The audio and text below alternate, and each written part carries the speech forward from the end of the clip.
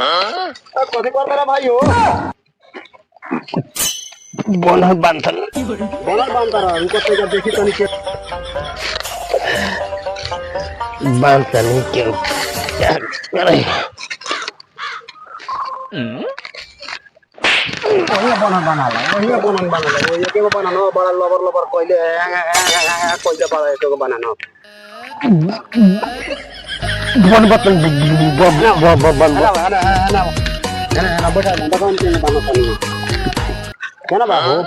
बनन तो होइले नहीं के होई बनानो से बने के बा रुको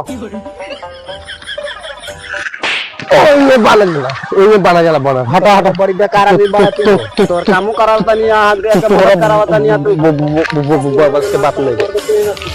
हां तो बड़ी बेकार आदमी बड़ा हो तू हम